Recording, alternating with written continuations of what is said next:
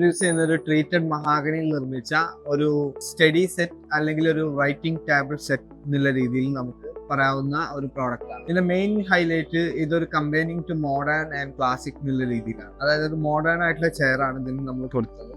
അതേപോലെ തന്നെ ക്ലാസിക് ആയിട്ടുള്ള ഒരു സ്റ്റഡി ടേബിൾ ആണ്.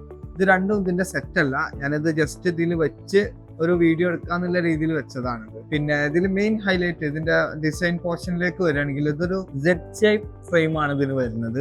ഒരു സിമ്പിൾ ആൻഡ് എലഗന്റ് ആയിട്ടുള്ള ഒരു ഡിസൈൻ ആണ് ഈ ഒരു ചെയർ വരുന്നത്. പിന്നെ ബാക്ക് റെസ്റ്റ് ഒരു ബെൻഡഡ് ആയിട്ടാണ്.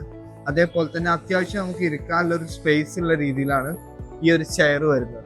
നമുക്ക് കൂടുതൽ നേരം ഇരിക്കാനും അതേപോലെ തന്നെ നമുക്ക് കൂടുതൽ നേരം യൂസ് ചെയ്യാനും പറ്റുന്ന ഒരു ഫ്രെയിം സ്ട്രക്ചർ ആണ് ഇതിന് വരുന്നത്. ഇനി നമ്മൾ ടേബിളിന്റെ ഇതിലേക്ക് വരികയാണെങ്കിൽ ടേബിളിന്റെ ലെഗ്സ് ഒരു ട്രഡീഷണൽ പിൻഡൽ വർക്ക് വരുന്ന ഒരു ലെഗ്സ് ആണ് ഇതിന്റെ ഡിസൈൻ വരുന്നത്. അതുപോലെ തന്നെ സിമ്പിൾ ആയിട്ടുള്ള ടേബിൾ ആണ്, പ്രത്യേകിച്ച് വേറെ ഡിസൈൻസോ കാര്യങ്ങളോ ഇല്ല.